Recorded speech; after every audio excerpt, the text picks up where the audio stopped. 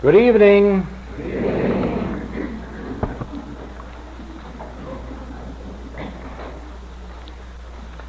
Well, the students in the other parts of the world that'll be hearing these tapes soon will have to know that I wasn't talking to myself.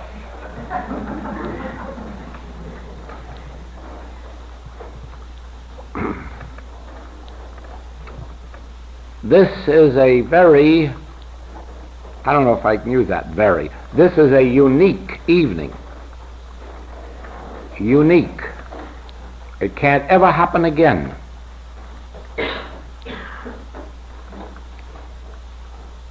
Likewise, it is important.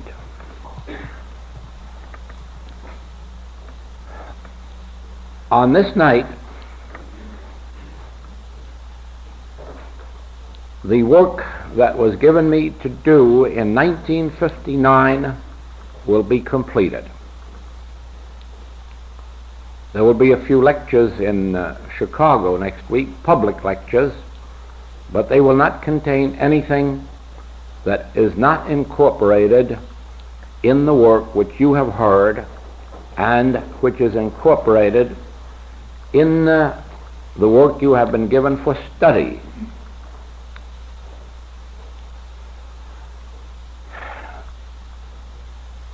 The months spent at home after the voice told us to go there and wait for this message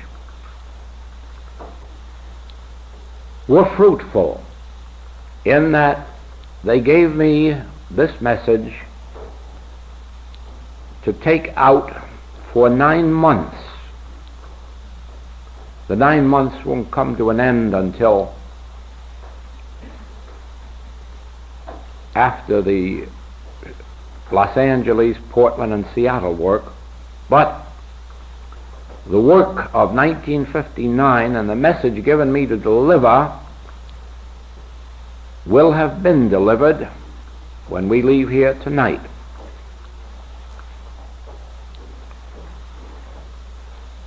Those of you with a background of understanding, a background of the Infinite Way books, the monthly letters, and the tapes, have recognized the fact that this message of 1959 has been given to you in an entirely different way than ever before, and that it has evolved in such a manner that it makes it more simple for you now to sum it up and to practice it.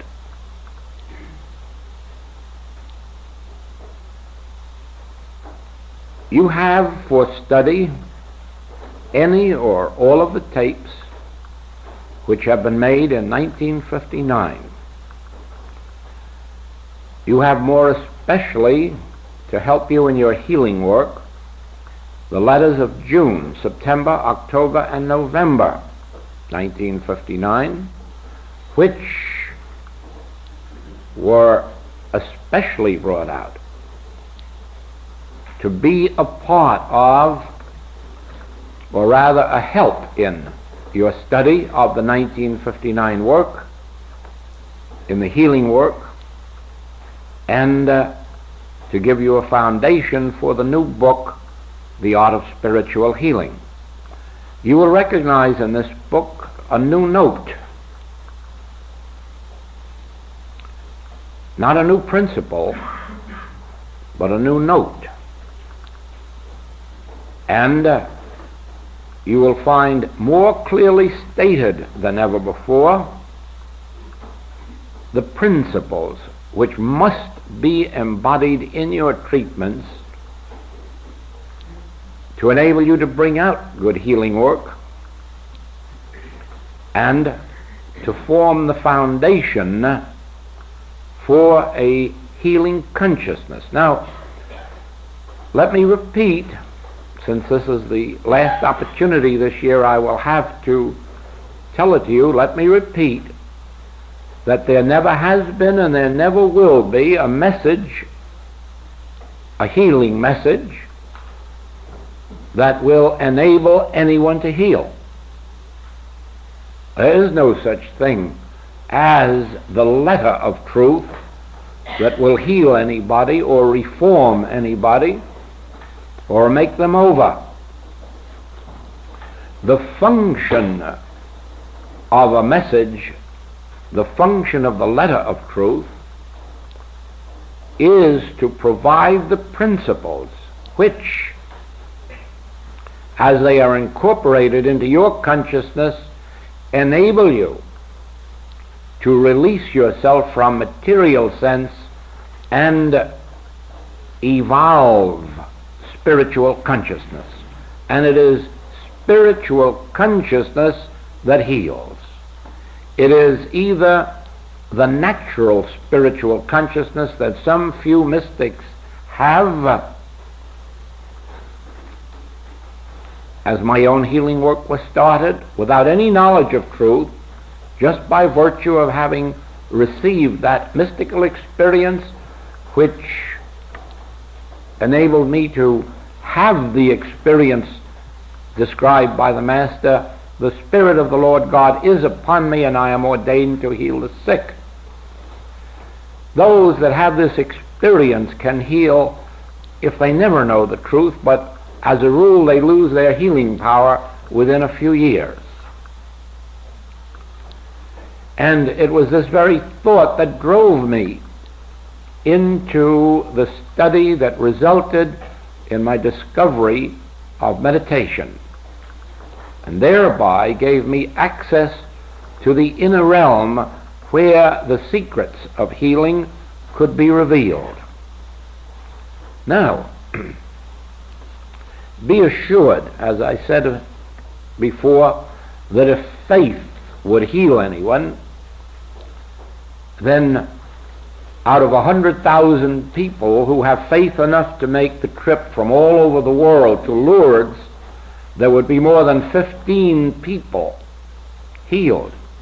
And the records show that only 15 people out of 100,000 receive their healing.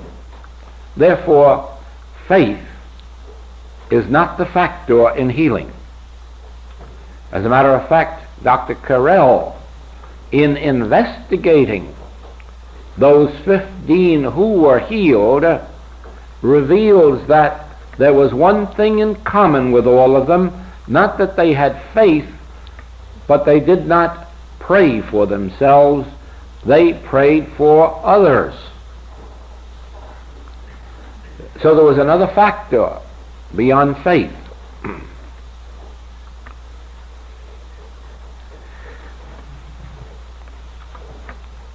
Spiritual healing is accomplished through either the natural or the developed spiritual consciousness of an individual. And spiritual consciousness is your or my individual consciousness when we no longer turn to a God for healing, when we no longer believe that there is a God withholding healing, and by virtue of turning to someone or something, God is going to do for us what God wasn't doing yesterday. It is only in proportion as you know that there are not two powers in the world, that there is not a power of evil that requires a power of God, that you develop spiritual consciousness. Spiritual consciousness is shown forth by the Master when he says to the cripple, "What did hinder you?" Or when he says to the blind man, "Open your eyes," or when he says to Lazarus, "Come forth." In none of those cases did he say, "I will pray to God for you and my God will do this for you." No, he asks, "What did hinder you?" In other words, even as he said to Pilate, "Thou couldst have no power over me unless it were given to thee of God." And yet he knew the temporal power of Pilate, but he called it no power. so does the individual of spiritual consciousness know that germs and infection and contagion, heredity, and all the rest of these medical laws, well do they know that these physical and mental laws are temporal power, but through spiritual consciousness they have perceived that temporal power is not power. It is the arm of flesh or nothingness, or as you have received it here all of this week, it is nothing but the belief in two powers. You have had it brought to your attention forcibly this week that there is no such thing as human consciousness or human mind. You have seen clearly that you cannot claim God as divine mind or God as divine consciousness and then turn around and say there is a human consciousness or a mortal consciousness. Actually, that which is called the human mind or human consciousness is a belief in two powers. It isn't a mind and it isn't a consciousness. It is a belief in two powers. And in proportion as you can lose your belief in two powers, you no longer have a human mind or human consciousness. It is the divine mind or divine consciousness now expressing itself as yours. And this is the meaning of the Master statement, have that mind in you which was also in Christ Jesus. In other words, have that mind which does not believe in two powers, but which recognizes there is no such thing as power. Not even good power. Not even God power. If you are to use the word power at all, you may use it only in the sense that God is the creative, maintaining, and sustaining principle of all being. But you may never use the word power, even good power, as meaning one power over another power. Now, all religions, every religion on the face of the globe, has made itself impotent because it has accepted God and devil as being opponents or opposites, as warring with each other, which never has been true, which isn't true now, and never will be. That which you call devil, that which you call a negative power, that which you call evil, must be understood as an impersonal power due only to a belief in two powers, but in and of itself no power. Nothing is good or bad. Nothing is good or bad. It's only your thinking so, or the universal belief in it, that makes it so. Actually, there cannot be an infinite God and an opponent of God. There cannot be an infinite God and that which wars with God, and certainly there cannot be an evil condition over which God has no control, or in which you have to in some way bribe God to get him to use his influence to wipe out the disease. Now,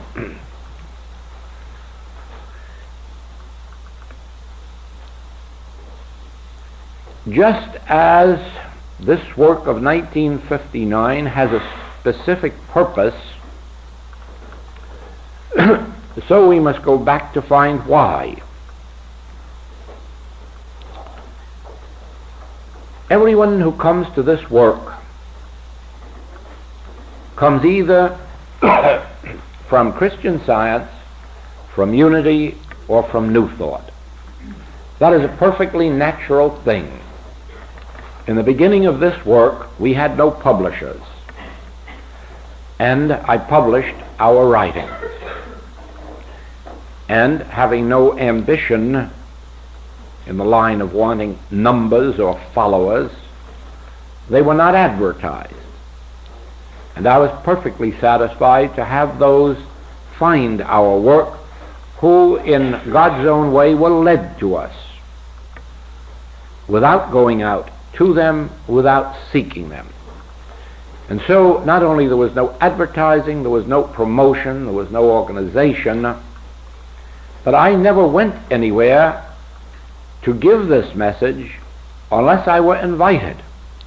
Never have I asked anyone for the privilege of speaking. Never have I gone anywhere to speak unless I was invited there. And therefore, the message of the infinite way moved in a small circle, mostly made up of metaphysicians of one school or another. That was true in this country, and it was true in the beginning in the foreign countries.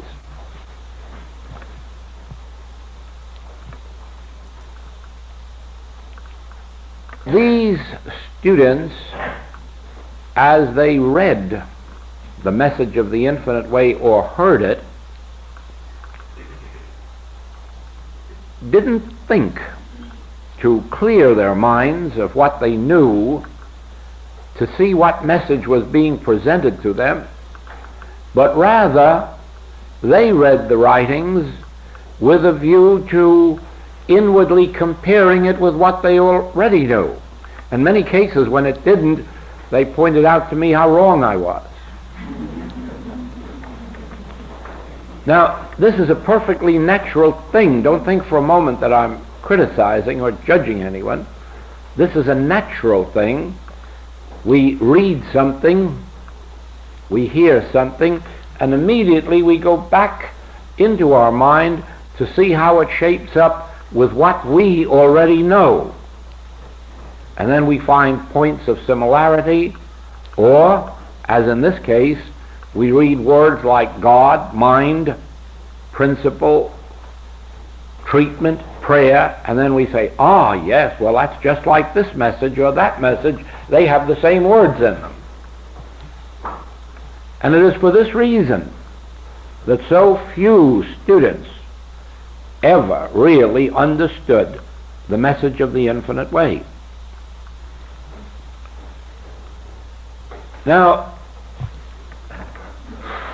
this same mistake is responsible for the failure of church religions of every denomination in all times throughout history. The reason why religion today, especially church religion, has to be brought up to date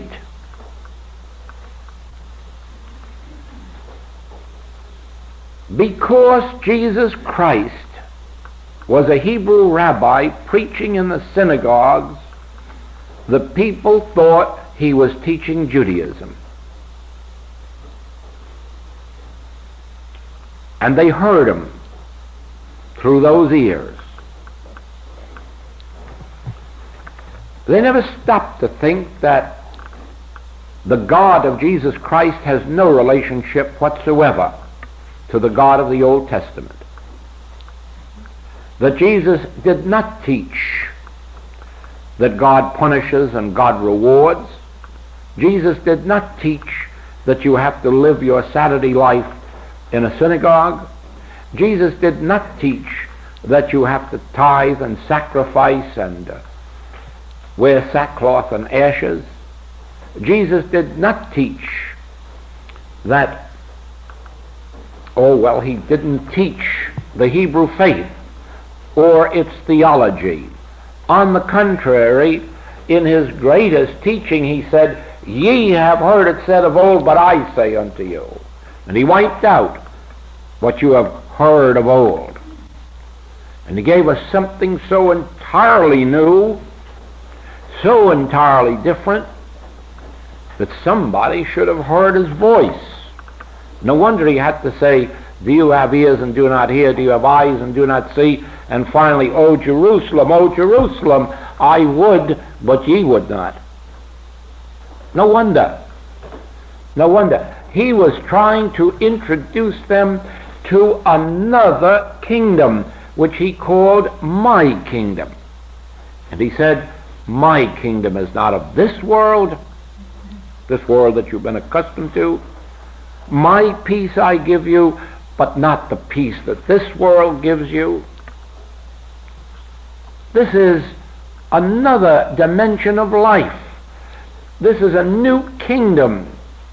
Don't worry about those 10 commandments. Wipe out 9 of them. Just keep 1.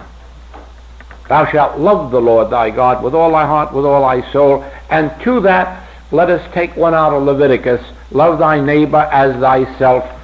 And then leave that 9 commandments alone. But with no ears to hear and no eyes to see, you know what happened? They took the whole 10 commandments and brought them over and called them Christian teaching. They weren't Christian, they were Hebrew.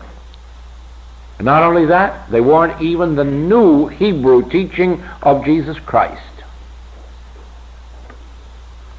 So did he wipe out worshiping in holy temples. So did he wipe out worshiping in holy mountains.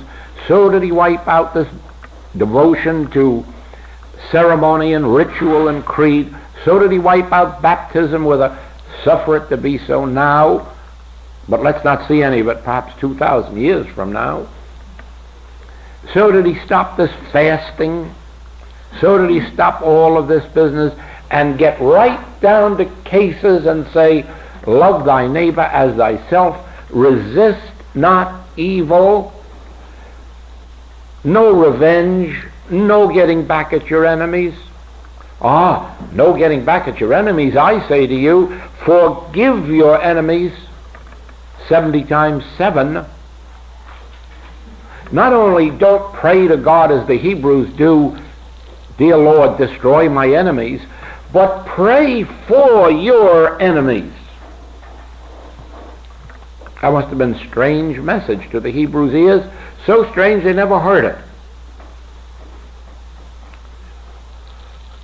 But unfortunately, the church heard it, only they didn't hear it as he gave it. They heard it as if he was saying what ye have heard of old, and they brought it right along and formed their new church with the old teaching, which should have been discarded. There are some Hebrew prophets in the Old Testament, and there are some really worthwhile principles in there. And those few passages could well have been taken over into the new and not fool the world into believing that all of those old Hebraic teachings were going to set you spiritually free. Now, that isn't any different than our experience when, in presenting these infinite way principles, instead of being heard, what I heard mostly was, yes, this is exactly what I was taught in this teaching or that teaching or the other teaching, regardless of how many times it contradicted it. So it was that we were given this 1959 work for these specific purposes, or for the specific purpose of showing you so clearly that you never again can forget it, and if you do, thank heaven it's recorded on tape, that you are to, if you wish to follow this message of the infinite way, you are to follow these principles of life so that you also may develop the spiritual consciousness and live spiritually, not so that it is said to you it's impractical in this modern age, but rather this is the most practical way of living there is. Now you know that we have hundreds upon hundreds, I can say thousands of students who have proven the practicality of this message, not only in physical, mental, moral, and financial healings, but in whole ways of rebuilt lives. You have witnessed it now, as you have heard, in its operation in mental institutes, in work with corporations and unions. You have witnessed it on the larger scales in which it has been worked, and so you must know that there is nothing more practical in the world than living the spiritual life. Believe me, if you want to make friends and influence them, live the spiritual life and watch what a tremendous influence you will be in their lives and how they will be influenced to go and do likewise. You will not need to influence anyone to do things for you, because once you have touched the spiritual life, you will not need man whose breath is in his nostril. You will have access to the source of life, the divine consciousness which is yours. Once you have agreed that you will no longer hate, fear, or love that which is called the evil powers of the world. Once you have attained a consciousness which will enable you to say, what did hinder you? Pick up your bed and walk. Once you obtain the consciousness that will enable you to respond without fear when you are told that there is grippe, flu, epidemics, storms, depressions, diseases of one nature or another, and prove by your state of consciousness that these are not power, never were, never indeed can be power, that they only exist as temporal power while you are giving power to them. Now, this week you have had revealed to you a mode of spiritual healing practice.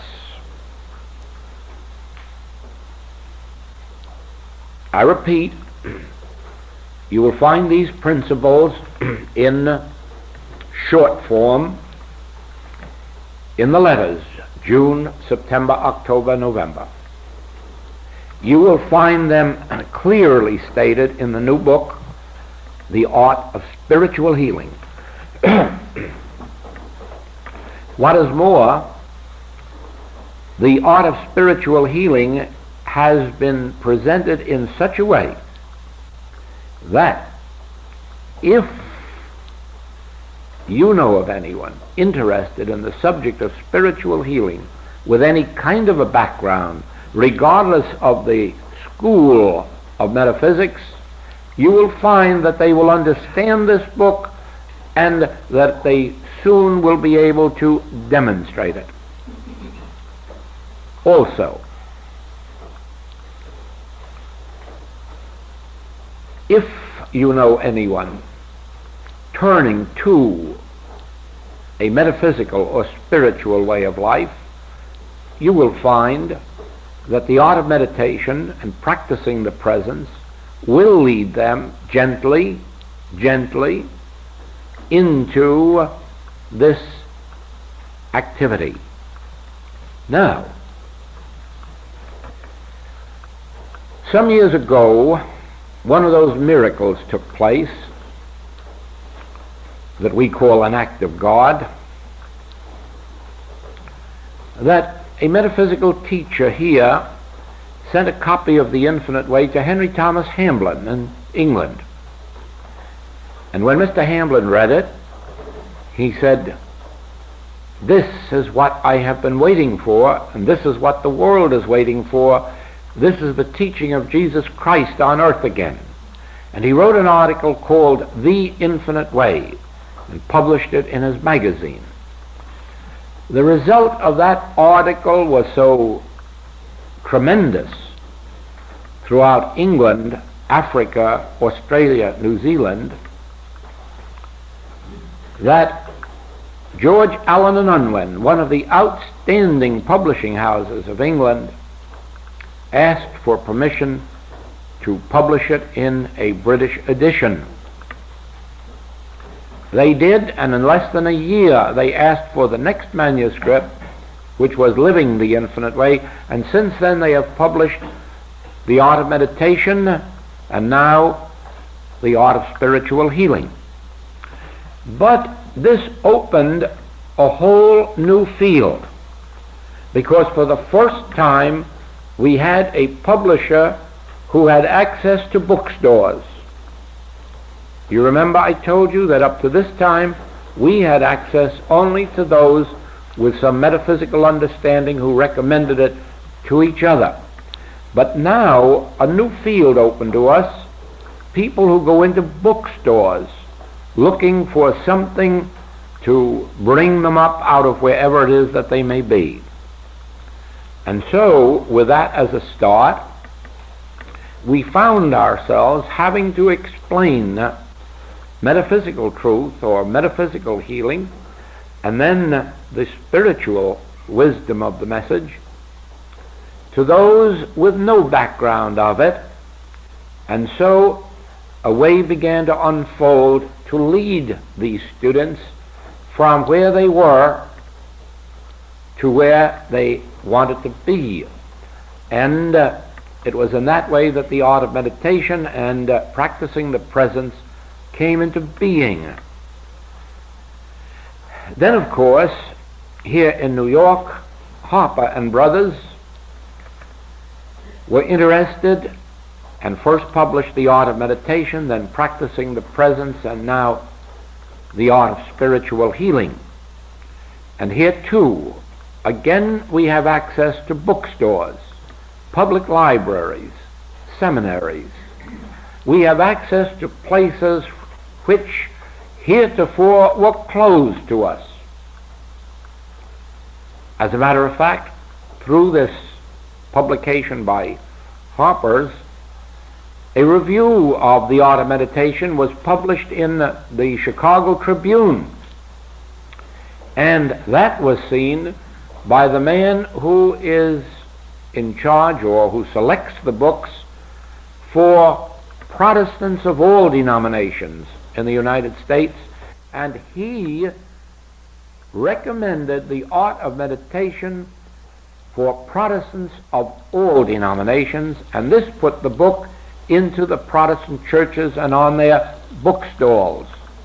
Naturally, when Harper's published the Practicing the Presence, that followed, and I already am informed that The Art of Spiritual Healing is following the first two books and bringing interest, so that not only from England to South Africa and across to Australia and New Zealand do we have a whole new interest in the metaphysical and mystical life, but now from Maine to California, in circles never before interested in this, we now have a tremendous interest in this, to the extent that ministers and bishops are sending out letters calling attention to these writings.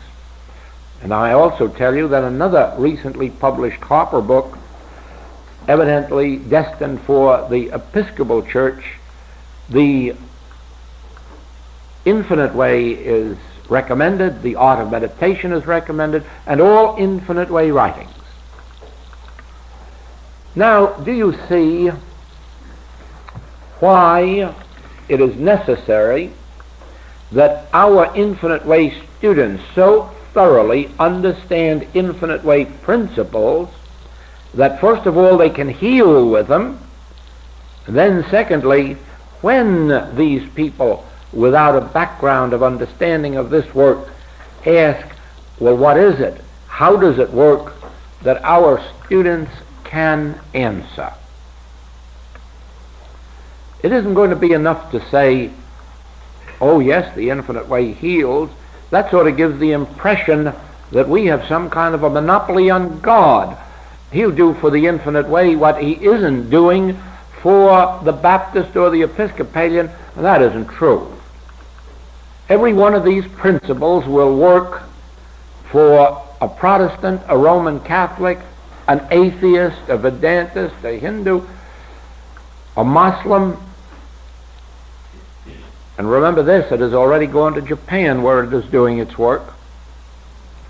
So please know this, that God is no respecter of persons or of religions.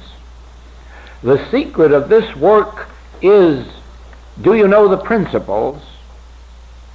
Do you know them well enough so that your consciousness has evolved to the place of spiritual consciousness? For when it is, you'll find that a spiritual consciousness in a Hebrew is the same as a spiritual consciousness in a Christian or a Muslim.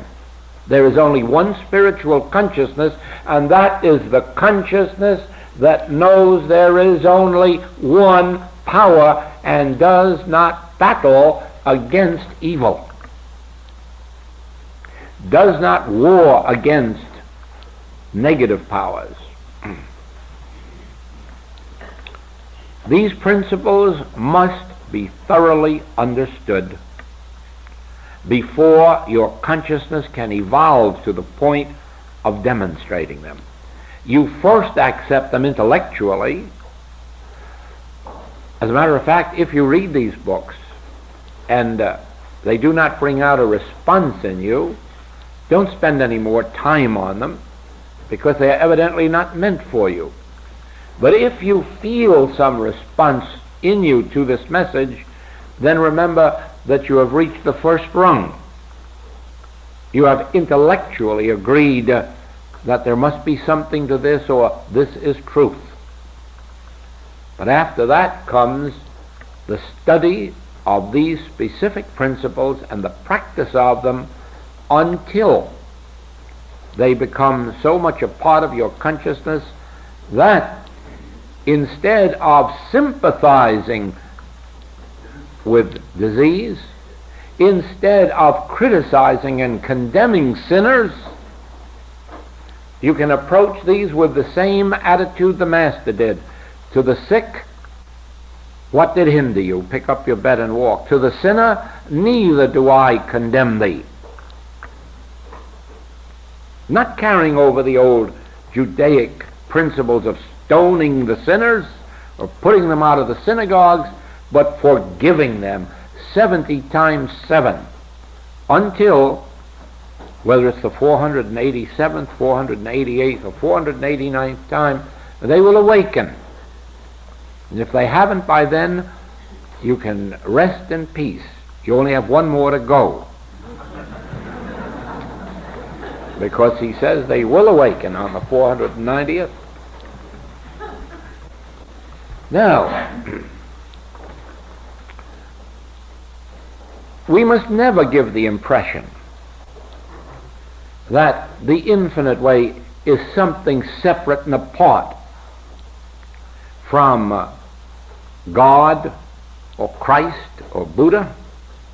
We must never give the impression that we have found a way to get God to do for us what it won't do for an atheist. We must learn to make it clear that we are not setting up another religion, that we are not claiming anything of a special nature for ourselves, except that we have had revealed to us some ancient principles which operate in human consciousness without respect of person. This may come as news to some of you. I know it doesn't to all of you. That a man received a very fine healing in this work and came to us with an offer of $10 million to finance a television and radio program without commercials. I do not have to tell you that it was turned down, that it wasn't even a temptation to accept it. Firstly, because I had been invited on to a television program in Chicago, and in 1.5-hour program broke every record of the Chicago Tribune station. So that, to an extent, that they offered us a year with tremendous earnings. And of course, as you might know, presenting this name throughout the nation, of course that wasn't even considered either. And then we were offered $5 million to set up our headquarters in Santa Barbara, California, and to equip it. And this was turned down. We didn't even take time to meditate about it or to ask God what was His will. I took it for granted that I knew God's will. Now, there were two major reasons, and there may have been 1,000 minor ones, but we need deal only with the two major ones. The first one is that we have no intention of setting up any such thing as a religion or a teaching separate and apart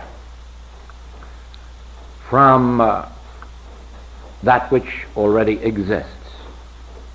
In presenting these writings and recordings in our monthly letter through the channels of writings published by responsible publishing houses,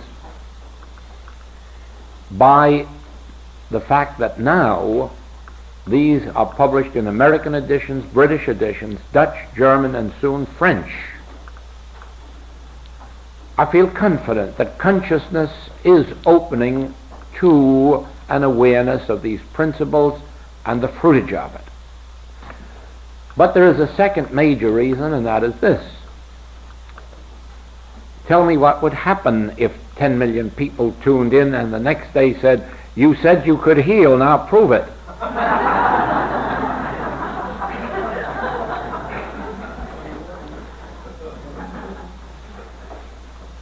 I suppose the temptation would be greater if I could say, well, now I have 1,000 students who know these principles so thoroughly that they heal like this. I might be tempted, but I'm not tempted now. So if you had any idea of making such offers, why, just save our time.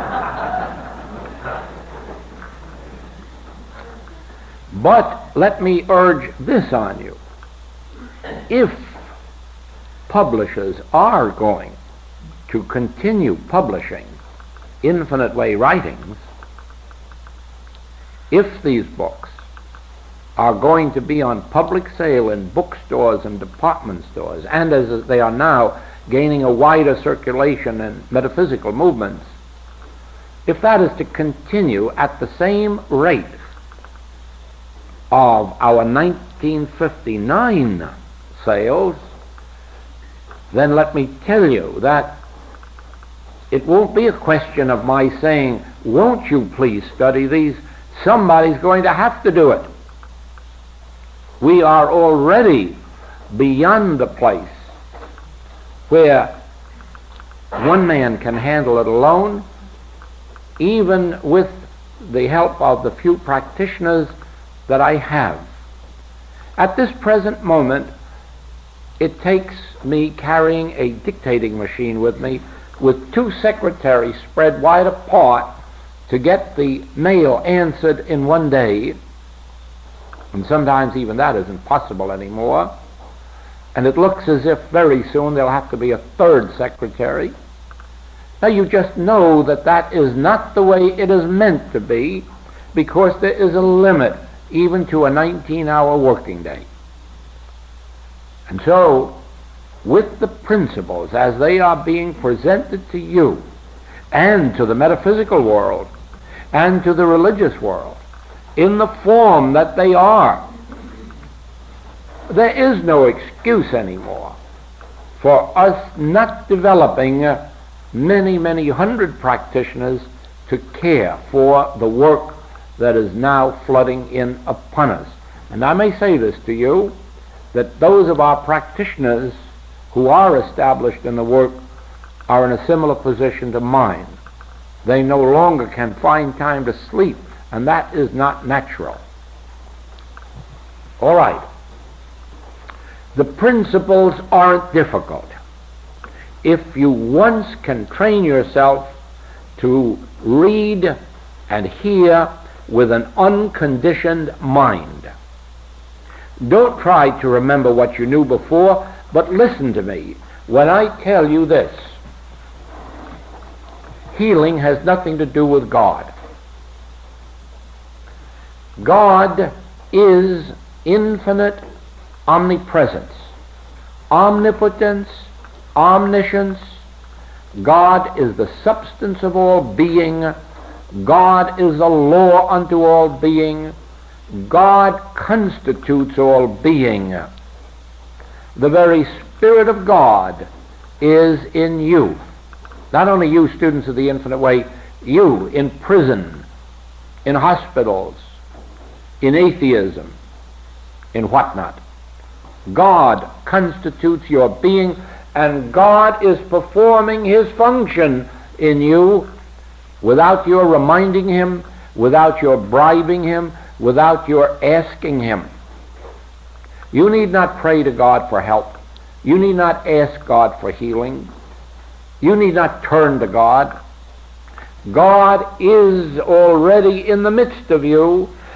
God already knoweth your needs, and it is His good pleasure to give you the kingdom.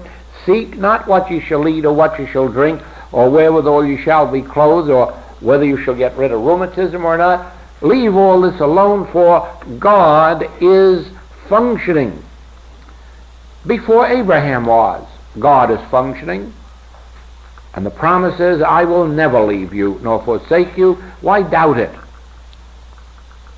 So rest then. Rest in this, that God is, and that God is functioning. Now, after you have completed that part of your remembrance, your treatment, your meditation, call it prayer if you like, as long as you're not thinking of prayer as a going to God and expecting God to do something that God isn't already doing. When you have done that, then you are still faced with whatever the seeming problem is. Your recognition or realization of God and God's allness may not have resulted in healing or reformation or supply, or whatever the nature of your unfoldment may be. And therefore, you come to the first. It's our second principle, but it's the most important part of the principle that deals with our healing work, and it is this. Error isn't personal. Therefore, it has nothing to do with you or with your patient or with your student. And you need not try to improve your patient or correct them or psychologize him. Don't try to make him a better human being when you're trying to heal him. If he could be a human being, he'd be it without your help. Now, drop your patient, your disease, your sin from your thought while you realize that this problem that is confronting you is an effect. Now remember that. It is an effect. An effect of what? Wrong thinking? No. An effect of sin? No. An effect of heredity? No. An effect of something in your body? No. It is an effect of carnal mind, the belief in two powers. impersonalize your evil instantly. It helps me always, if I'm stuck with something that seems to be resisting my knowing of the truth, it helps me just to say, Paul made a terrible mistake. He said carnal mind was enmity against God, and that's the biggest mistake in the Bible. Carnal mind isn't enmity against God. God hasn't any enemies. God is infinite. The carnal mind is the impersonal source of evil, but it isn't a power. It is a belief in two powers, a universal belief in two powers which we, by virtue of having been born, we accept. Now, there is no such thing as a carnal mind. There is no such thing as a mortal mind. Not only that no surgeon will ever find one in you, but neither will a psychologist or a psychiatrist. Nor will they ever be able to put their finger on one. There is no such thing as a carnal mind or a mortal mind. That which is termed carnal mind or mortal mind is a universal belief in two powers. It goes back to the Garden of Eden. We weren't human beings until Adam and Eve accepted two powers, good and evil. We were what we right now in our true being are. We were then and we are now the Christ, the spiritual Son of God, God the Father and God the Son, and we are God the Son. We are spiritual beings, one with God. But entertaining the belief in two powers, we are thrown out of the Garden of Eden, where we now have to earn our living by the sweat of our brow and suffer the sins and diseases of the flesh, none of which would be true if we could heal ourselves of this belief in two powers. And that's what healing amounts to. Healing ourselves first of the belief in two powers, and then by virtue of our having been healed, heal others. Physician, heal thyself first. Don't start telling someone else a lot of metaphysical truths or cliches until in a measure you can demonstrate them. First, awaken yourself to the point of realization so that when you are confronted with a problem, you can say to it, oh, carnal mind, and turn over and go to sleep. Because having said carnal mind, you've said the arm of flesh or nothingness.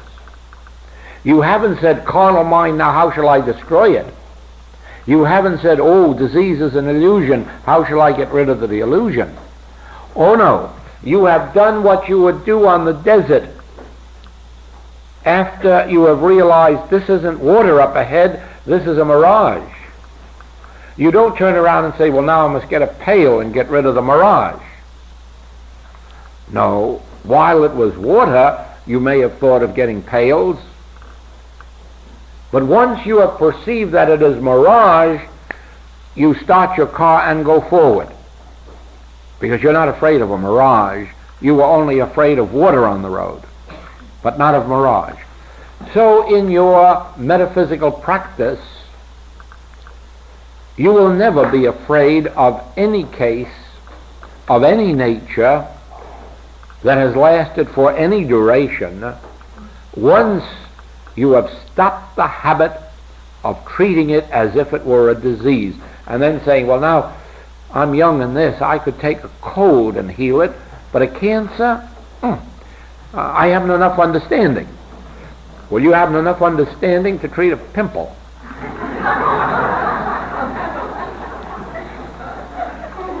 If you are going to treat a disease, go out and get yourself a diploma from a medical school and get a license to practice, but don't undertake without the benefit, as we do, without the benefit of a legal license. Don't attempt to heal anyone of a cold. It may develop into pneumonia and you'll be pretty sorry. We are not healers of disease. One of the very first principles in this work that revealed itself to me in the form of an inner illumination was this: you cannot meet a problem on the level of a problem. Now, this has been my shibboleth from way back in 1932. You cannot meet a problem on the level of a problem. So, if somebody comes to you with a disease, no, let's start with an easier one. Someone comes to you or phones to you from the desert that they have a claim of water on the road. If you believe that you can help them remove water from the road, the blind leading the blind, when you can turn from the sight of water on the road and realize, no, I'll never meet it that way. And now, Father, how will I meet it? And then comes the answer, that's a mirage. Oh, and then you say to your friend, drive on, you're healed. The water's removed. If you try to treat a cold as a cold, you'll find it'll get the best of you. Once you can realize, in spite of Miss Stein, who says that a rose is a rose is a rose, don't you believe that a cold is a cold is a cold. A cold is a belief in two powers, that there is God and another power. And once you have realized that and said to it, that's the arm of flesh, you haven't treated it as a cold, you've treated it as the arm of flesh, or nothingness. Then there's one of my Hebrews who I like, Mr. Hezekiah. Now you can rest in that word. Rest in that word. The enemy, with all their strength, the arm of flesh. And as long as we have the Lord God, we have omnipotence. So we have no worry about the arm of flesh. We have no worry about temporal power. When you are confronted with fevers, oh, don't try to reduce them. Don't ask the patient an hour later, has it come down any? You need a medical license. A fever isn't a fever. It is a temptation to you to believe in two powers. It is a temptation to believe that God isn't the substance of all form. It is a temptation to believe that God isn't omnipotence, that there is some power now that you're going to call on God to do something to. When someone calls for help on supply, above all things, don't try to get it for them. The problem isn't supply, the problem isn't lack. The Master answered that. Man shall not live by bread alone. So when someone wants supply, say, I'm not interested in getting it for you, because man doesn't live by supply alone. What does he live by? Every word that proceedeth out of the mouth of God. Oh, well, now let's forget supply and let's forget lack. Let's find some word that proceedeth out of the mouth of God, and pretty soon we'll hear, Son, thou art ever with me. All that I have is thine. Before Abraham was, I was with you, and I'll be with you to the end of the world. I will never leave you nor forsake you. And then you can rest in that word. You don't have to worry about supply. You have the assurance of God's presence. And the assurance of God's presence is far greater than all the supply that ever was laid up in storehouses. You see, until you begin to understand that in the infinite way we know nothing about reducing fevers or growths. We know nothing about removing growths. We know nothing about polio. Not a thing. It was only because I'm so sure of this principle. I ought to be after 30 years. But it is only because of that I undertook a few years ago to show in England that we could heal mongoloid babies. And we have 3 of them we have 3 of them in school.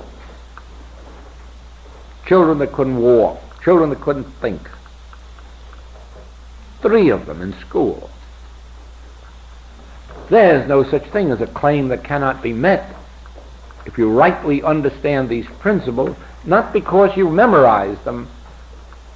Don't forget, I'm not a believer in memorizing. Learn the substance of this and then develop your consciousness with it. Even if you have to start with just headaches or colds or pimples, and as your own depth of consciousness evolves, you'll find that you have no fear when the major problems of life touch you. And now we're going to have a rest.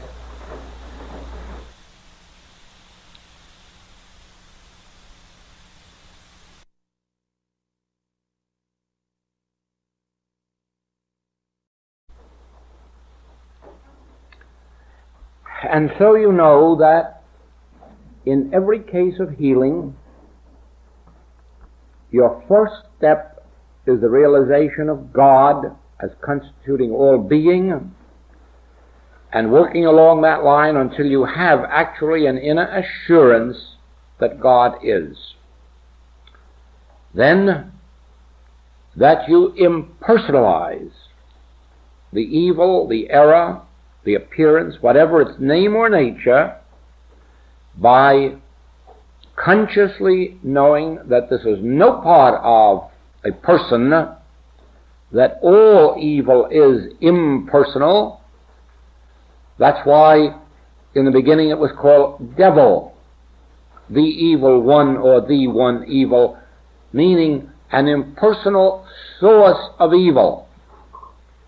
And the very moment that you separate it from the individual by realizing, no, this is devil, but not in the sense that, oh, this is devil, now we're going to get God to fight him, but this is devil meaning this is the arm of flesh or nothingness, or this is carnal mind, or this is mortal mind. In any event, the evil must be impersonalized. That means it must be taken from person. It must be seen that this evil is not in, of, or through person. It is not appearing as person. It is something separate and apart from person, for it is impersonal evil. Then, because of the nature of God as omnipotence, it must be the arm of flesh or nothingness. In other words, we had the example of the master being faced with the devil and 3 temptations. And we discovered that when he said no to each one, that was the end of the devil. The devil had no more power. We don't hear of the devil after that, because the devil did nothing. In other words, there was no power to the devil. There would have been, had there been an acceptance of the temptation. There would have been power, but it wouldn't have been the devil's power. It would have been the power through acceptance of the temptation or suggestion. So that if you are presented with a claim of your own or another's and regard it as a temptation and then accept it, then you are left with it. You're hooked. But if you can recognize instantly, this is claim, this is temptation, this is an appearance, this is carnal mind or devil presenting itself to me, and I can reject it because it is not of God. There it is. It is not of God. There you must be completely free of all orthodox teachings, because they would convince you that God is responsible for the evils of the world. In other words, when your child is sick or your child dies, the minister says, of course, God called this dear one home. God must have been responsible for that case of polio. God must have been responsible for these horrible cancers, because the funeral service says God has willed it so, and God has called this one home. That shouldn't even be used in vaudeville.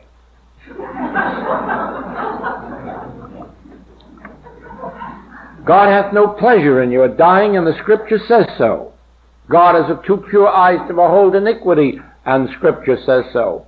And the Master says, I am come to do the will of my Father.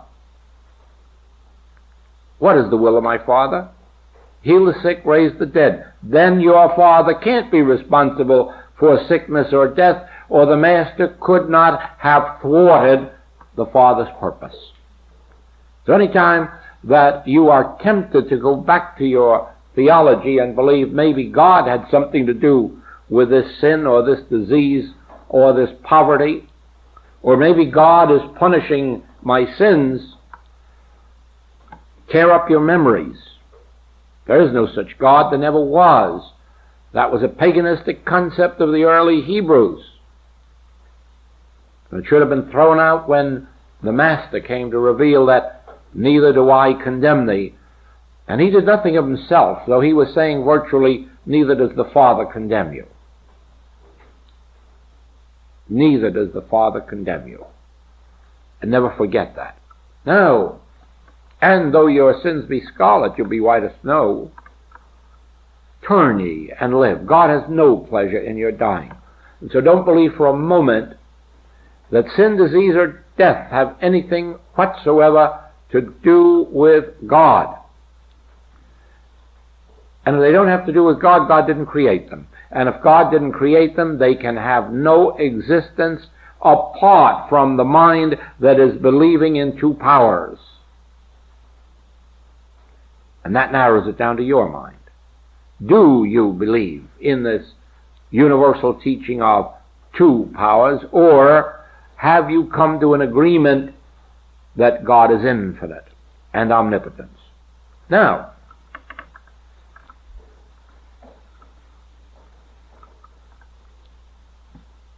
for the benefit of those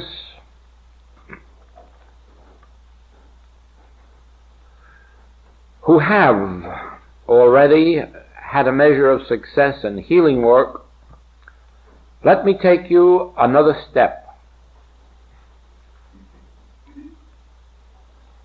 And this is one case where you won't find authority for this anywhere on earth. And so you'll have to be your own authority and prove its rightness.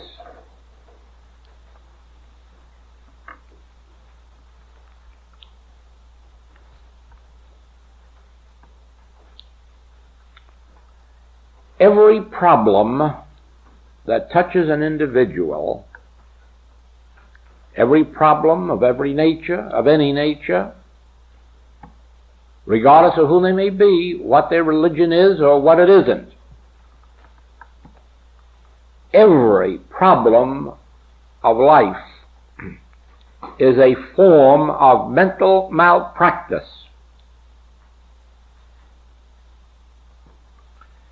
It is not directed at you by anyone, so please don't hold anyone in condemnation and don't look around at your neighbor. They are not malpracticing you, nor is your mother-in-law.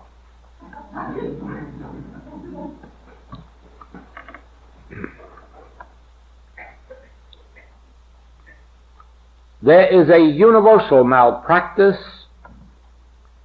which is the direct result of this belief in two powers.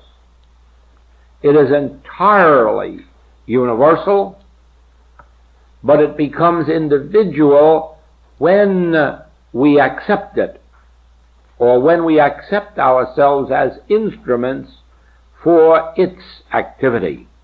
For instance,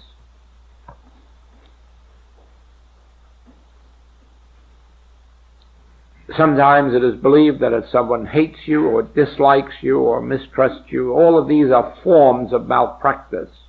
Someone may even be directing evil thoughts at you. Well, now let us take that at its present basis of human understanding.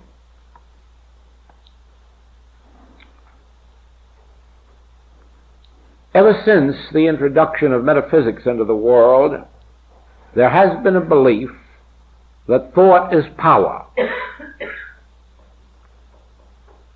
And it has been believed that a good thought is good power and bad thought is bad power.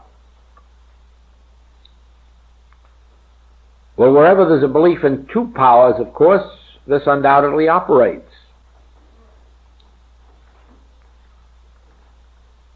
As a matter of fact, as we go back into the primitive teachings, that is, the teachings of the primitive peoples, we find that ages before the metaphysical age, they knew the power of thought, and they knew how to direct good thought, and they knew how to direct evil thought. They could heal and they could kill. And some still do. All with the power of thought. Now, when metaphysics came into the world, it was almost as a new discovery, because those concerned with the early days of metaphysics had no knowledge whatsoever of these ancient primitive peoples and their teachings and practices. And so it was presented to the world as a new discovery that thought is power, and that if you hold a good thought, you can heal people. And then, as some of you know, Mrs. Eddy discovered that some of her students were holding bad thoughts and harming their patients. And she exposed that and showed her students of those days how to prevent its occurrence. However, as the metaphysical world has moved on,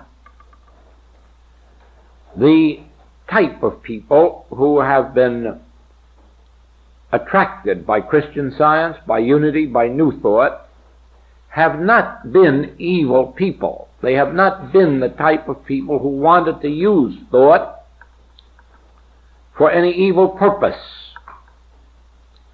And so we have had very little in the literature of metaphysics concerning this use of thought for evil purposes.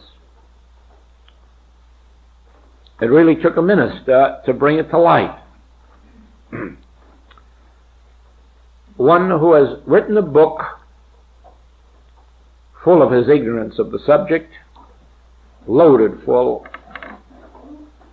in which he shows some experiments in which good thought, or what he called good prayer, made plants grow faster than their natural growth would be. But I suppose Adam and Eve came to life, and so he had to discover what bad thought would do. And so he taught some people bad thoughts and had them experiment, and found that the plants would wither and die.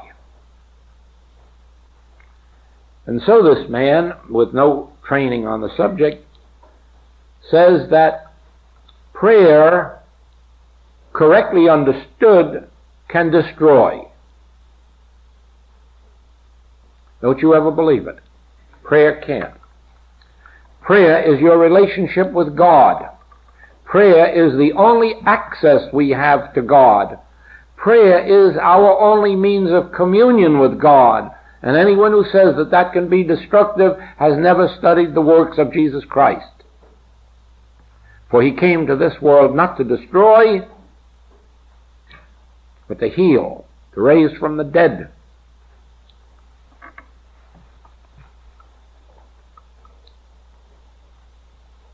is true, however, that human thought, not prayer, human thought of a wrong nature can be destructive, not quite as destructive as they would have you believe, but it can be destructive, more especially if an individual, like these ancient primitives, concentrate their mental powers to the point of wanting to destroy. You can't harm anyone with a wrong thought. But if you ever sat down to really practice it, you would find that with the power of wrong thinking, you could destroy. But the only thing that you must be warned about is don't try it on a true student, for it may end in your death. For what you believe becomes the belief unto you and its penalty. You see, any individual who knows and lives and moves and has his being in the realization of God's presence as omnipotence is living in one power, and there is no secondary power that can touch him. Whether it is a mental projection or whether it is a germ, whether it is an hereditary condition, whether it is infectious or contagious, whether it is age or whatnot, rest assured no individual can be malpracticed who is living in the life of oneness. One power, one law, one being, one cause. Then all of the evils can hit up against your door, and the 91st Psalm rightly says, 1,000 may fall at your left and 10,000 at your right, it will not come nigh you. Not only that, but it will backfire to the one that sent it. That is really the secret of the story of Sapphira.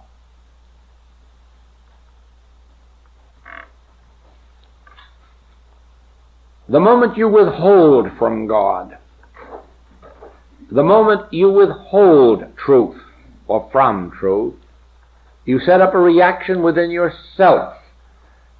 And what the penalty is dependent on the circumstances of the moment. In their case, it was death. In this same way, all evil, whether it appears as lack or limitation, whether it appears as destructive weather, whether it appears as infection or contagion or even epidemic, all of this is a malpractice. Only it isn't directed thought from an individual. It is the universal malpractice which is made up of the belief of two powers. And your protection is living in one power, agreeing that anything other than the presence of God is non-power. This is your protection. And none of these evils can enter to defile or make a lie within you. Also, this is your healing power. To understand that you are not dealing with disease or sin, you are not dealing with floods, you're not dealing with tidal waves or typhoons. You are dealing with a universal malpractice made up of the belief in two powers, and watch how the error begins to subside and finally dissolves.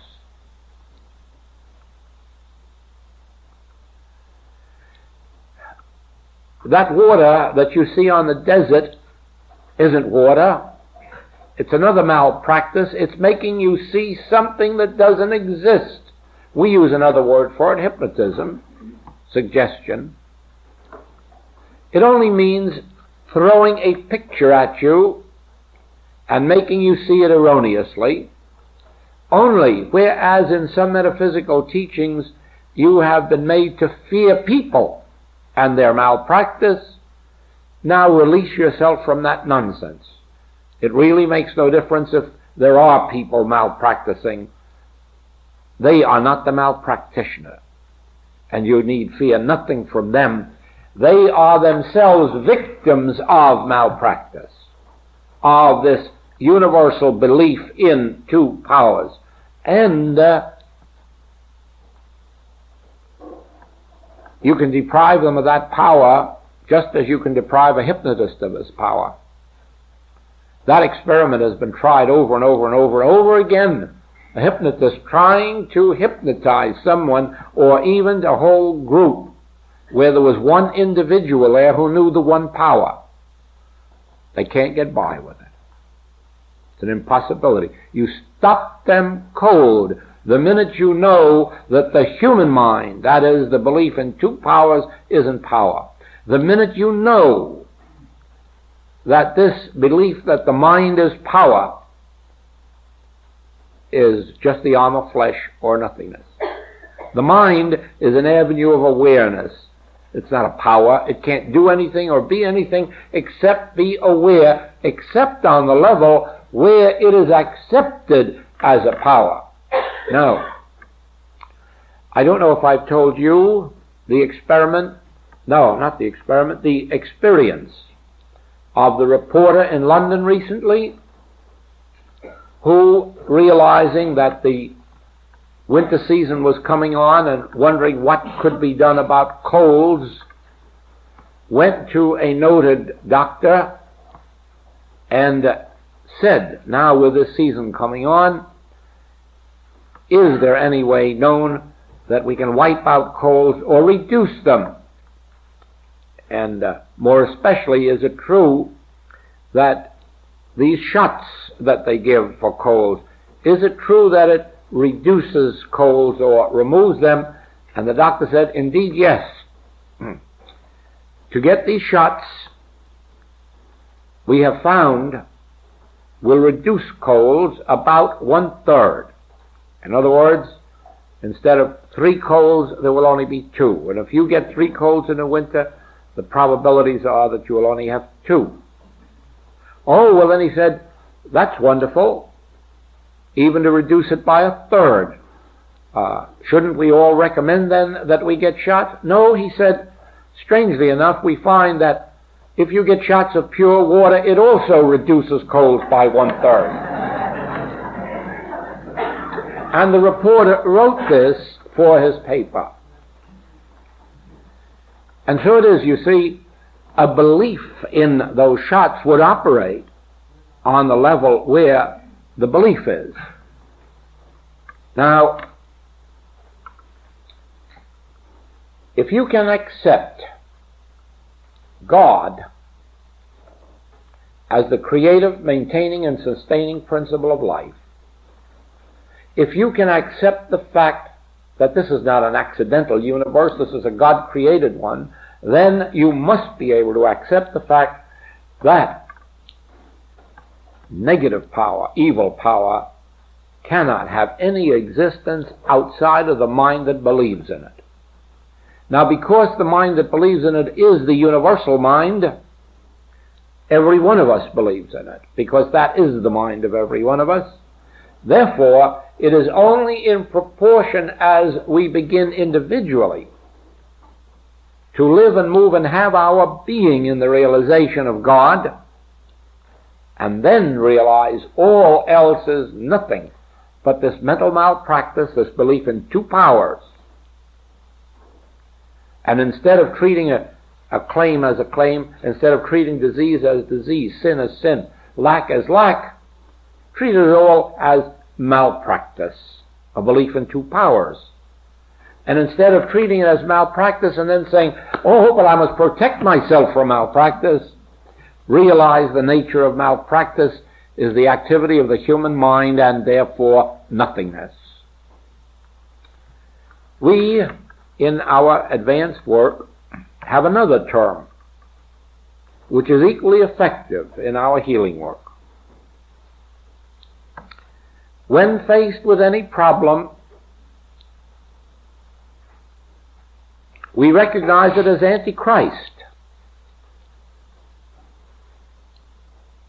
In other words, this isn't aimed at me, this is aimed at the Christ of me. In other words, nobody dislikes me enough to want to make me sick or die, but this universal malpractice would just love, if it had intelligence enough, to wipe out Christhood.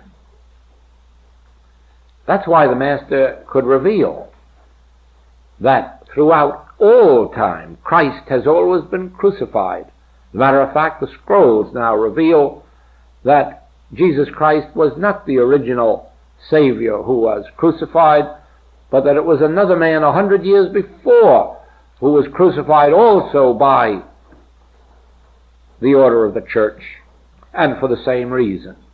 In other words, Christ was crucified wherever it raised its head. Christ always will be crucified wherever it raised its head, as long as there is a universal belief in two powers. And it will be not a Hebrew church that will crucify it, nor Rome that will crucify it, nor will it be a nation or a race that will crucify it. It is the universal belief in two powers is the Antichrist to you and to me. And therefore, when something aims itself at us like a calendar on the wall and says, you're past 80 years and 10, just look at it and say, Antichrist. You haven't any more power hanging on that wall. Can you imagine the power of a calendar on that wall? And it frightens every one of us, doesn't it? It's even got the government giving us money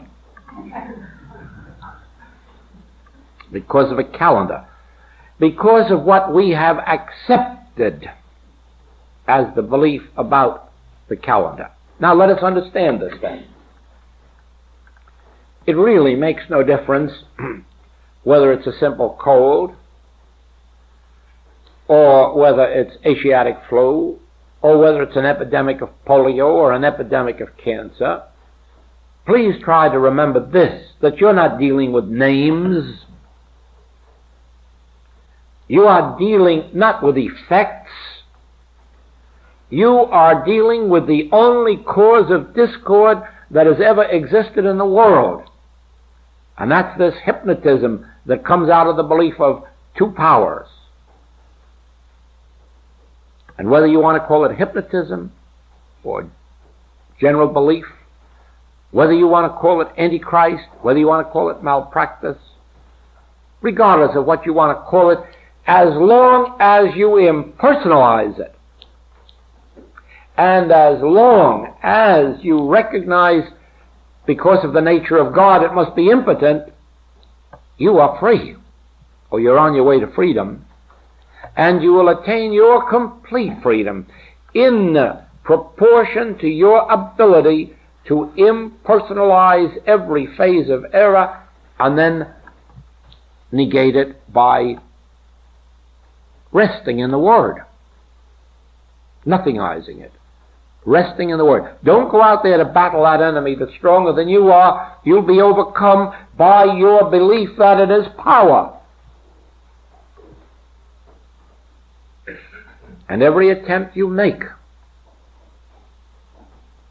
makes it more so. Very, very seldom do I ever call on a patient.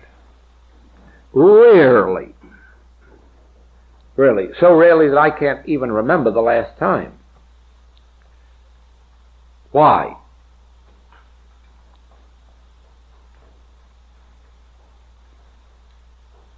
Get the water off the road? It wasn't there to begin with. I don't have to go there to get it off the road. It wasn't there to begin with.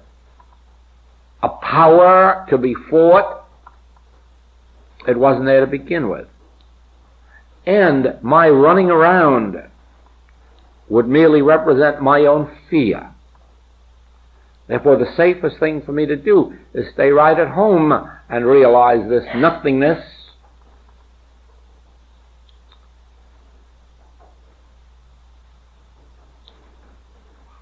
Try to see this. This is an awfully important night in my life,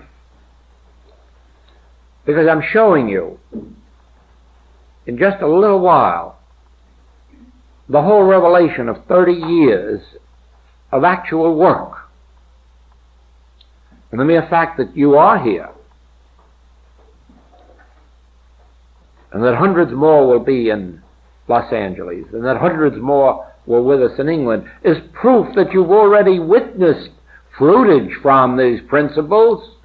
The fact that I've been going on 30 years proves the fruitage of this. Therefore, accept it, put it into practice, and then see for yourself. If you can't prove it, that's another thing. But try it. Work with it. Study it. Until you can see that evil isn't evil. It's Antichrist. And Antichrist isn't a power. Antichrist must be recognized as a nothingness. A nothingness that would, if it could, destroy spiritual existence. But can you imagine immortality being destroyed? Can you imagine eternality being destroyed? Can you imagine omnipotence having an opponent? And you can't. Therefore, you have every right, when you translate sin, disease, death, lack, or limitation into such words as, oh, this is malpractice, belief in two powers, or this is Antichrist, belief in two powers, or this is a universal hypnotism, belief in two powers. You have every right to turn right over and go to sleep, instead of sitting up to fear it and fight it and protect yourself from it when there isn't any it.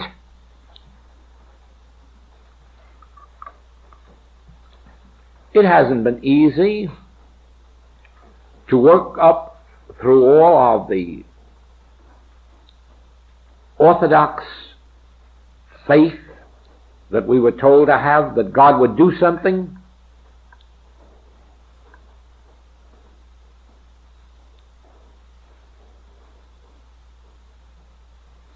I have been asked the question, if there is a God, where was he with those 6 million Hebrews who died in furnaces?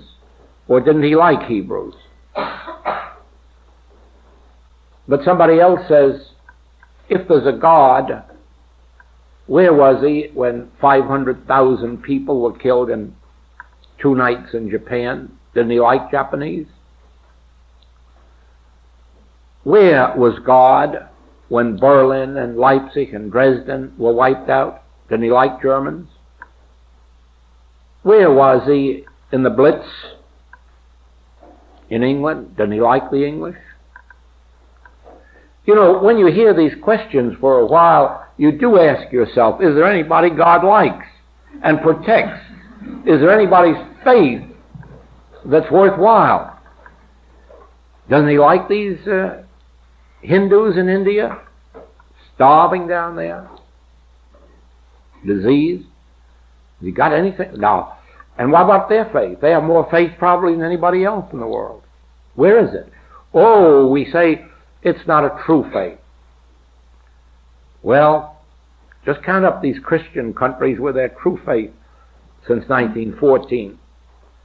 And let's get some answers to that. And you will find then that there is no use worrying about faith, and there's no use worrying about what God is going to do for you. God is doing it, and it's up to you to know that there is no power to thwart God's doing it. Only then do you honor God. Only then do you love God with all your heart, with all your soul, with all your mind. You know, for more years than I care to tell you about, that thought plagued at me, how can I love God? I don't have a trace of feeling in my soul, in my mind, or in my heart for God, and I don't know how to love God. And it was only after I realized that God is not responsible in any way, shape, manner at all. There isn't anything God can do about our false beliefs. God's work is done. And when I saw that the realization of the impotence of these so-called evil powers was the answer, then I could love God. Now I can love God with all my heart, with all my soul. That's why God is on every line of every book of the infinite way. Now I can love God with all my heart, with all my soul, because I know God is maintaining and sustaining His universe, and it isn't going to be long until heaven is established on earth.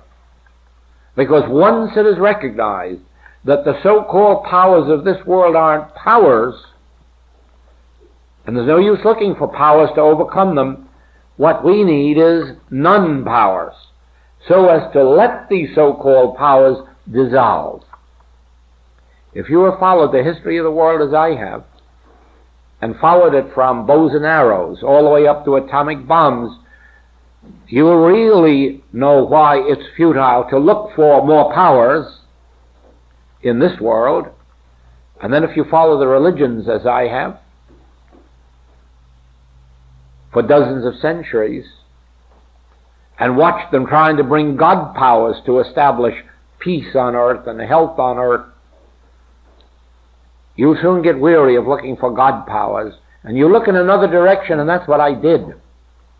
Look in another direction. Stop looking for God powers. They're there, and they're operative. But what is separating me from that God power? And the Master gave me the first clue. If you abide in the Word and let the Word abide in you, you will bear fruit richly. If you do not abide in the Word and you do not let the Word abide in you, you'll be as a branch of a tree that is cut off and withereth. So it has nothing to do with God, it has to do with you. Do you abide in the Word? Now, what is the Word? Blaming God for the deaths in our family? That's not abiding in the Word. For I have come to give life eternal, not death. To know Him aright is life eternal. Where do you get sin, disease, and death in that? Therefore, instead of looking for a God power, let God alone and let Him do His work. Not that you could interfere with it, but be satisfied that that's not the direction to look. Don't look for power. Look to that which reveals to you God's omnipotence. That which reveals to you that not in heaven, not on earth, and not in the hells below is there a power that can operate in the consciousness of an individual who is abiding in God's grace. Not by doing God a favor, but by acknowledging Him in all thy ways. Thou wilt keep him in perfect peace, whose mind is stayed on thee. Lean not unto thine own understanding. Acknowledge Him in all thy ways. He will give thee peace. He that dwelleth in the secret place of the Most High, none of these things shall come nigh his dwelling place. Abide in the Word, let the Word abide in you, and you will bear fruit richly. So it has been revealed to me over the years through the Master that it isn't a going to God for more power that we need. It is a recognition of this great truth. What did hinder you? There are no material or mental powers that can operate in the consciousness of an individual who lives in the realization that thy grace is my sufficiency, for there is only one power. And this belief in two powers, which constitutes the carnal mind, is the temporal power. Certainly it operates as mental power and physical power as long as the belief in two powers exists.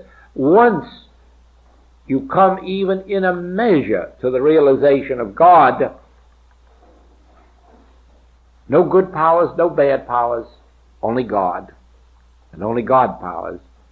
And this universal belief of two powers operating as a universal mesmerism, a universal hypnotism, a universal malpractice, an antichrist, nothingness, the arm of flesh. Then gradually do you become free. And then you'll wonder to yourself, did God do something for me today that God wasn't doing? No, God was doing it, only now you have removed from you the barrier. And so I come to a final point.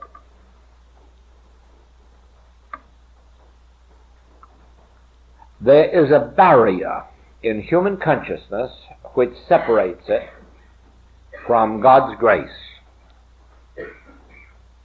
That barrier is a universal belief in two powers, good and evil. In proportion as you overcome that within yourself, you are removing the barrier. Then, as I explained to you about the clouds, if there are clouds hiding the sun from us, in proportion as those clouds are dissolved, the sun will reveal itself as having been there all the time. So you will find that the good that comes into your experience today, the healing that comes into your experience, was there all the time, awaiting the removal of the barrier which is your belief, the universal belief which you've accepted in a power of good and a power of evil. And then beginning to fear disease, fear old age, fear death, fear lack and limitation, instead of realizing no two powers, not even one power, just God. Just God. If I make it seem simple, don't believe me.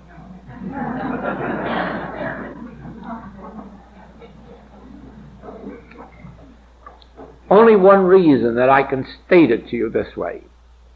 30 years of practice. Proof.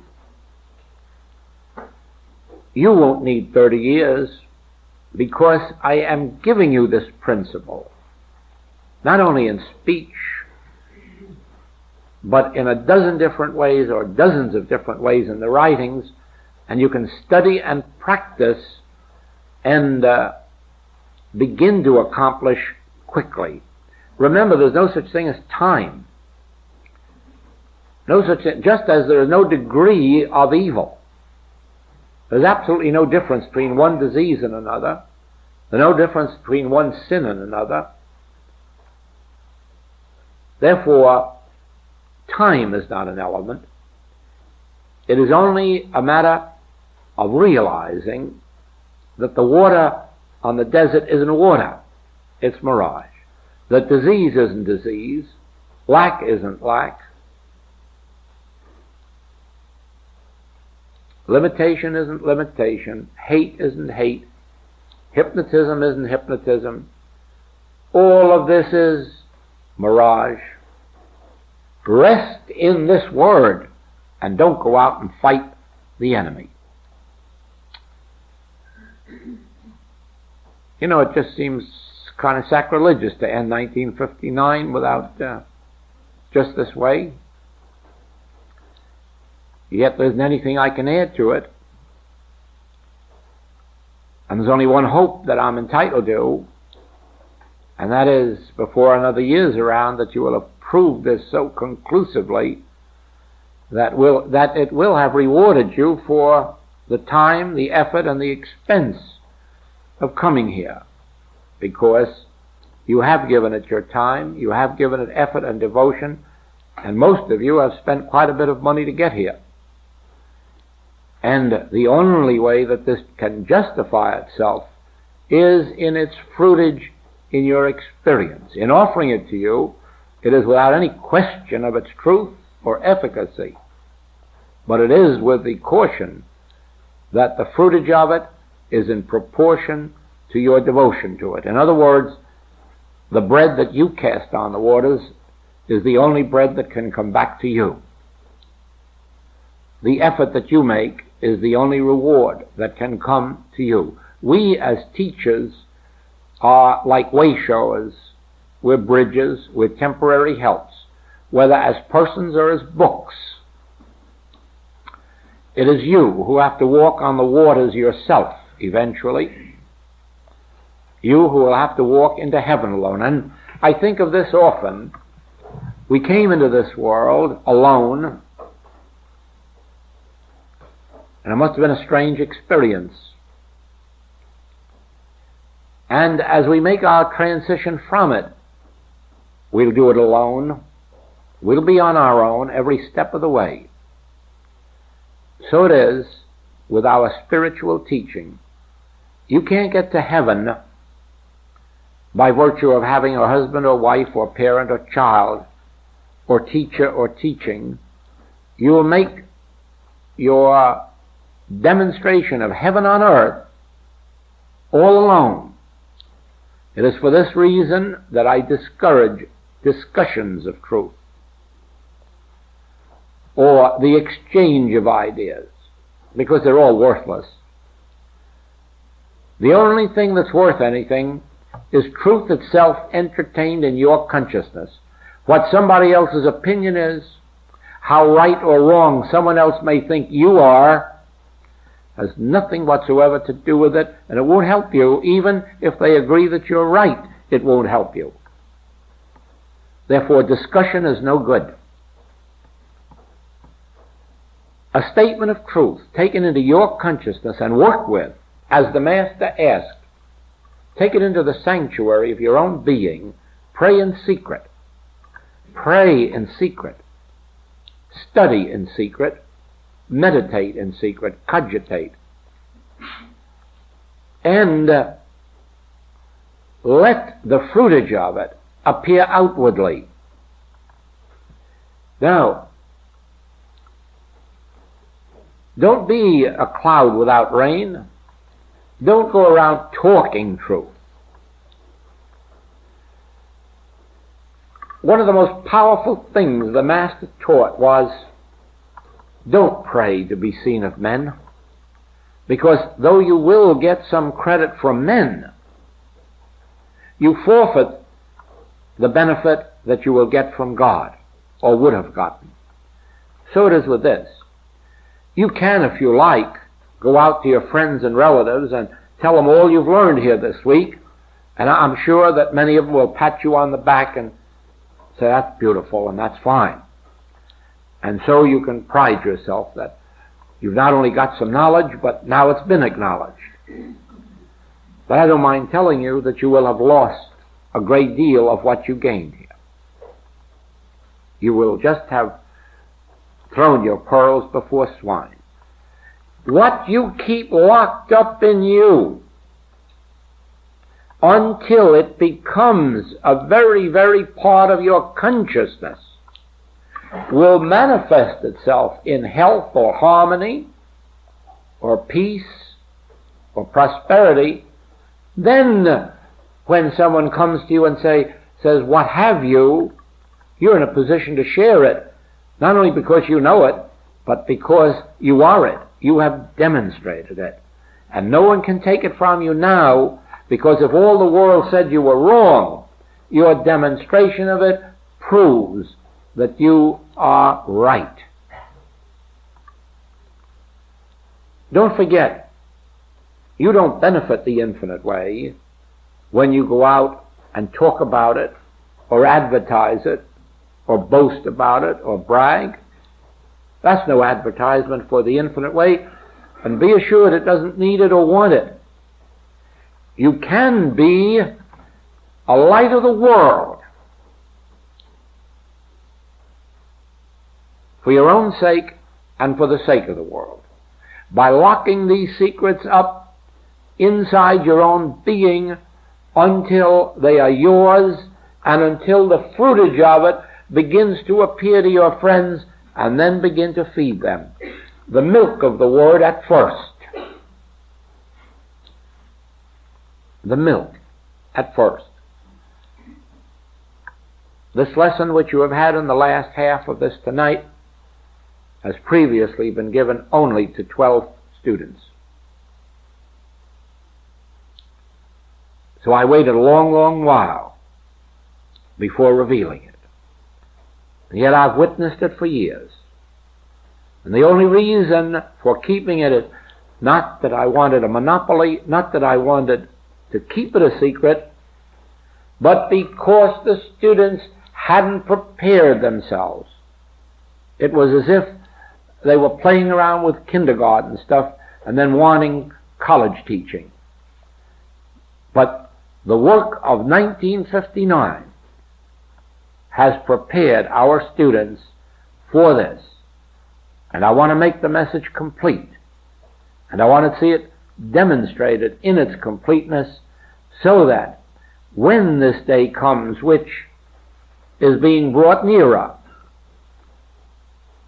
by the publishing houses that are sending our books far and wide, and the other recognition that it's gaining, when that day breaks and people say, for heaven's sakes, give us more of this healing, send us teachers, that we'll have them. We won't have them if you can't demonstrate, because there'll be no diplomas and no certificates saying that you're a teacher. The only thing that's going to prove you're a teacher is the ability to heal and teach. There's no authorization from headquarters, for there are no headquarters. Thank you until we meet again.